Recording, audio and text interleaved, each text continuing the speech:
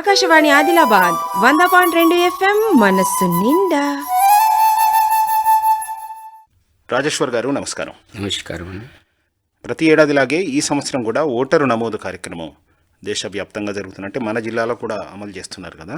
ముందుగా దాని వివరాల్లోకి వెళ్లే ముందు ప్రతి ఏడాది ఇట్లా ఓటర్ల నమోదు కార్యక్రమం ఏ ఉద్దేశంతో కేంద్ర ఎన్నికల కమిషన్ నిర్దేశాల ప్రకారం రాష్ట్ర ఎన్నికల కమిషన్ ఆధ్వర్యంలో ప్రతి ప్రాంతంలో చేస్తూ ఉంటారు. అయితే ప్రతి సంవత్సరము ఒక పర్సన్ ఏదైతే ఉందో ఆయన 18 సంవత్సరాలు దాటి ఓటరు నమోదుకు ఎలిజిబుల్ అవుతాడు కాబట్టి ప్రతి సంవత్సరం 1/1 నాడు ఎలిజిబుల్ క్యాండిడేట్స్ యువతీ యువకులు ఎవరైతే ఉంటారో వాళ్ళను ఓటరు నమోదు తప్పకుండా చేయించుకోవాలని ప్రతి పురుషుడు స్త్రీ కూడా ఓటరుగా నమోదు కావాలన్న ఉద్దేశంతో ప్రతి సంవత్సరం కూడా స్పెషల్ సమ్మరీ రివిజన్ అనేది election commission of India conduct చేస్తుందండి. దాంట్లోనే భాగంగా ఈ సంవత్సరం కూడా షెడ్యూల్ అనేది ఇవ్వడం జరిగింది. అంటే కొత్తగా ఓటు హక్కు ఎవరికైతే లభిస్తుందో 18 సంవత్సరాలు రావడం వల్ల వాళ్ళందరూ కూడా వెంటనే నమోదు కావాలి అన్న ఉద్దేశం ఒకటి ఉన్నది. ఒకటి తర్వాత ఇంకా దాంట్లో కూడా మార్పులు చేర్పులు సవరణలు తీసివేతలు కూడా మరణించిన వాళ్ళని తొలగించడం డబ్బులు కూడా కొన్ని ప్లేసులలో ఉంటాయండి. వాటిని కూడా గుర్తించి తీసివేయడానికి కూడా ఫామ్ 7 ఉపయోగించి తీసివేస్తారు. అంటే ఎప్పటికప్పుడు సవరణలు చేసి ఈ ఓటర్ల పట్టిక లేక రిజిస్టర్ ఏదైతే ఉందో అది అప్ టు డేట్ ఉండాలి. ఎప్పుడు ఎలక్షన్ జరిపినా కూడా అది సరిపెట్టేట్టు ఉండాలనే ఉద్దేశం ఉన్నట్టుంది. తప్పులు లేని ఓటర్లు జాబితాను తయారు చేయడంలో భాగంగా ఇది ప్రతి సంవత్సరం ఉంటుంది. యాజ్ వెల్ ఏంటంటే ఇది కంటిన్యూయేషన్ అప్డేషన్ కూడా మనకు ఏదైతే వెబ్సైట్ ఉందో ఇది ఎప్పుడు కూడా అప్లై చేసుకోవచ్చు. ప్రతి పౌరుడు ఆయనకు 18 సంవత్సరాలు నిండినాయి అనుకుంటే www.nvsp.in అండ్ www.cotelangana.nic.in లో కూడా 6, 7, 8, 8 కూడా అప్లై చేసుకున్నట్టయితే మేము ఎప్పటికప్పుడు కంటిన్యూయేషన్ అప్డేషన్ అనేది కూడా జరుగుతా ఉంది. అంటే ప్రత్యేకంగా ఇంటింటికి వెళ్ళి నమోదు చేసే ప్రక్రియ కాకుండా ఎవరంతా వారు కూడా ఆన్లైన్ వెళ్ళి చేసుకోవడానికి ఉంది. అది ఎప్పుడైనా చేసుకోవచ్చు. మీరు చెప్పిన వెబ్సైట్ అడ్రస్లు మళ్ళీ ఒకసారి చెప్తా రాసుకోవడానికి వీలుగా www.nvsp.in ఒకటి www.cotelangana.nic.in. అయితే ఇప్పుడు మీ సిబ్బంది వెళ్ళి అంటే ఊరూరా ఇంటింటికి వెళ్తున్నారా ఎట్లా అండి ఈ కొత్త ఓటర్ల జాబితా? స్పెషల్ సమ్మరీ రివిజన్ లో ఏంటంటే ఇంటింటికి వెళ్ళేది ఉండదండి. ఈ కార్యక్రమంలో ఏంటంటే ఒక 4 days స్పెషల్ కాంపెయిన్ డేలుగా పెట్టి ప్రతి పిఎస్ కు బిఎల్ఓ అనేవారు ఉంటారు. వాళ్ళు ఆ పిఎస్ లో కూకొని వాళ్ళ ఏరియాకు సంబంధించిన క్లెయిమ్స్ ఏమైనా వచ్చే రిసీవ్ చేసుకోవటానికి ప్రచారం కూడా చేసి ఆ క్లెయిమ్స్ అనేది స్పెషల్గా 4 రోజులు 21 నవంబర్ 22 నవంబర్ మళ్ళీ 5th డిసెంబర్ 6th డిసెంబర్ కూడా స్పెషల్ కాంపెయిన్ డే ప్రత్యేక ఓటర్లు నమోదు కార్యక్రమంలో భాగంగా ఈ రోజులను కూడా కేటాయించి బిఎల్ఓస్ అక్కడ ఉంటారు. రెగ్యులర్ గా కూడా మాన్యువల్ గా ఇవ్వదలుచుకుంటే ఈ క్లెయిమ్స్ బిఎల్ఓకి ఇవ్వచ్చు, తహసీల్ ఆఫీస్ లో ఇవ్వచ్చు, ఆర్డీఓ ఆఫీస్ లో ఇవ్వచ్చు. ప్రతి పోలింగ్ స్టేషన్ దగ్గర ఈ దరఖాస్తులు దీనికి సంబంధించిన తీసుకుంటారు. ప్రత్యేక ఓటర్ల నమోదు కార్యక్రమం రోజు మాత్రమే, లేకపోతే వాళ్ళకు తెలుసు వాళ్ళ బిఎల్ఓ ఎక్కడుంటారు. సాధారణంగా అక్కడి అంగన్వాడీ టీచర్ గాని ఇంకే అఫీషియల్ వర్కర్ ను మనం బిఎల్ఓగా పెట్టినాము, వాళ్ళ వద్ద ఇచ్చుకోవచ్చు. బిఎల్ఓ అంటే బూత్ లెవెల్ ఆఫీసర్. ప్రతి పోలింగ్ స్టేషన్ కు ఉండే బూత్ లెవెల్ ఆఫీసర్. సో 2 రకాలుగా ఇది సంవత్సరం అంతా చేసుకోవచ్చు. ఆన్లైన్ కంటిన్యూయేషన్ అప్డేషన్ ఉంది, స్పెషల్ గా కూడా ప్రతి సంవత్సరం కూడా పెడతారు. జనవరి కన్నా ముందు ప్రతి పోలింగ్ కేంద్రం దగ్గర కూడా ప్రోగ్రామ్ ఉంటుంది. దాన్ని సవరణలు అంటారు. దాంట్లో మాడిఫికేషన్స్ అవి ఉన్నా కానీ చేసుకోవచ్చు. ప్రతి ఓటరు కూడా 18 సంవత్సరాలు నిండిన వాళ్ళు తప్పకుండా మిగిలిపోకుండా ఓటర్లు చేయించే కార్యక్రమం పద్ధతిగా ఇది ప్రతి సంవత్సరం చేయబడుతుంది. మీరు 5 రకాల ఫామ్స్ ఉంటాయి అన్నారు వేరు అవసరాల కోసం. అవేమేమిటి, వాటిని నింపడం కానీ ఈ పని ఎట్లా చేసుకోవచ్చు, చేయించుకోవచ్చు?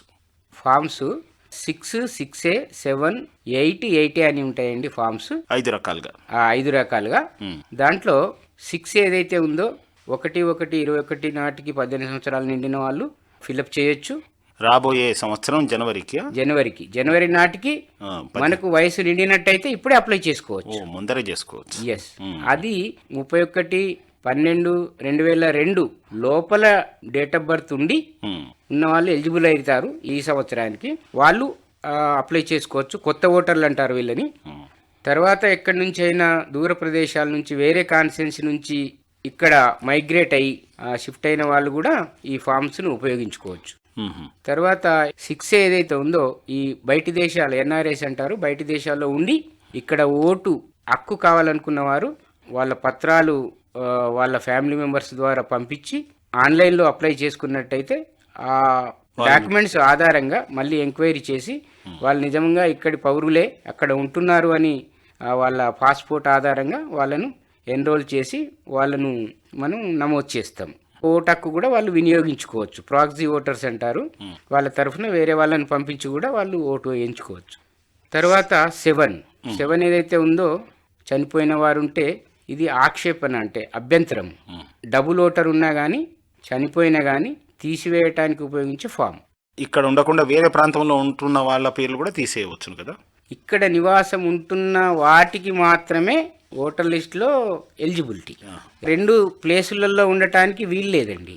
2 చోట్ల నుంచి 2 చోట్లలో అంటే ఉండకూడదు ఓటర్ లిస్టులో, ఒకటే దగ్గర ఉండాలి. అట్లాంటివి కూడా గుర్తించి వాటిని అక్కడి వారు అక్కడ, ఇక్కడి వారు ఇక్కడ తీసివేస్తున్నారు. దాన్ని అభ్యంతరం తీసివేయటానికి వాడేదే 7 ఫాము. తర్వాత 8 ఫామ్ ఉంది.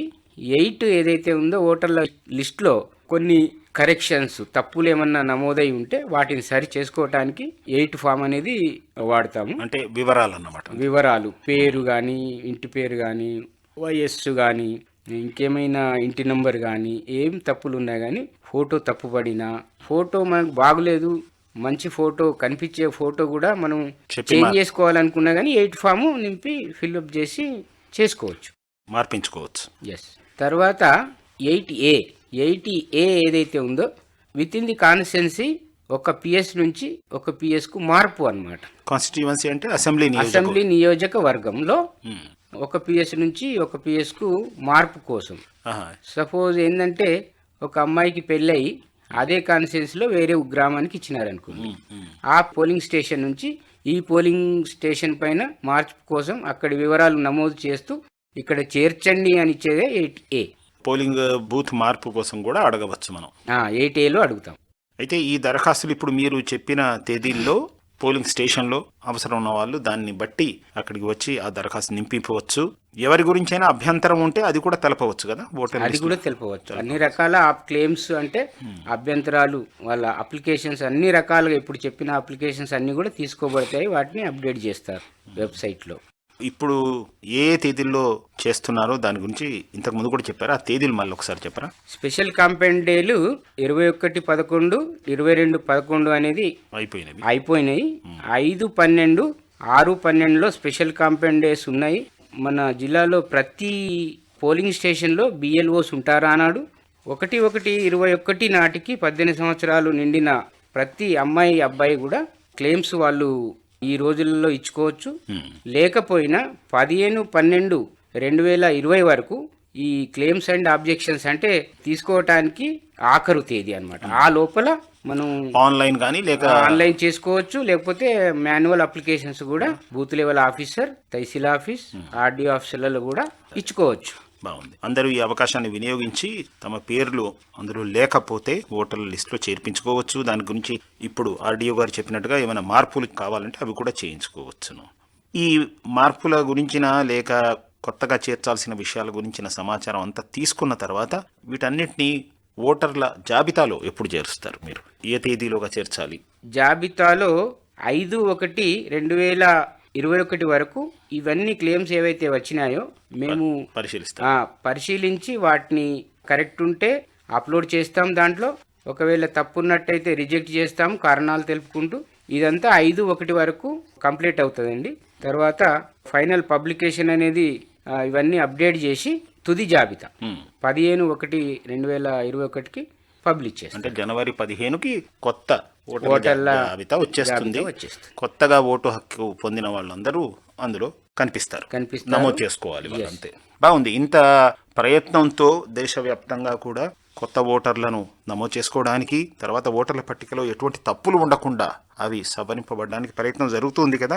ప్రజల నుంచి మీరు ఈ విషయంలో ఏదైనా ప్రత్యేకమైన సహకారం ఓటర్ల నుంచి ఏమైనా కోరుతున్నారా? ఓటర్సు ప్రజలకి తెలియజేయండి ఏంటంటే, మీరు ఒకసారి మీ ఓటర్ లిస్ట్ను బిఎల్ఓ దగ్గర వెరిఫై చేసుకొని మీ పేరు ఓటర్ లిస్టులో ఉందా లేదా ఇప్పటికైనా. Booth level booth level officer వద్ద ఓటర్ లిస్టు అవైలబుల్ ఉంది, వాళ్ళ దగ్గరికి వెళ్ళి మీరు ఓటర్గా ఉన్నారా లేదా, ఓటర్ లిస్టులో మీ పేరు ఉందా లేదా ఇప్పటికైనా వెరిఫై చేసుకోవచ్చు. ఒకవేళ లేనప్పుడు మీరు ఇక్కడనే వాస్తవ్యులు ఇక్కడే అయితే ఫామ్ 6 అప్లై చేసి నింపుకోవాలి. మీ ఇంట్లో కొత్త ఓటర్లు ఎవరైనా 18 సంవత్సరాలు నిండి ఉన్నట్టయితే కూడా ఆ ఫామ్ నింపి వాళ్ళని కూడా ఎన్రోల్ చేసుకోవడానికి అవకాశం 15-12 వరకు ఉందండి. అందరు కూడా అప్లై చేసుకోవాలి. చాలా ధన్యవాదాలు రాజేశ్వర్ గారు. మీరు వచ్చి మా ఆకాశవాణి కేంద్రానికి వచ్చి ఈ వివరాలన్నీ తెలిపినందుకు.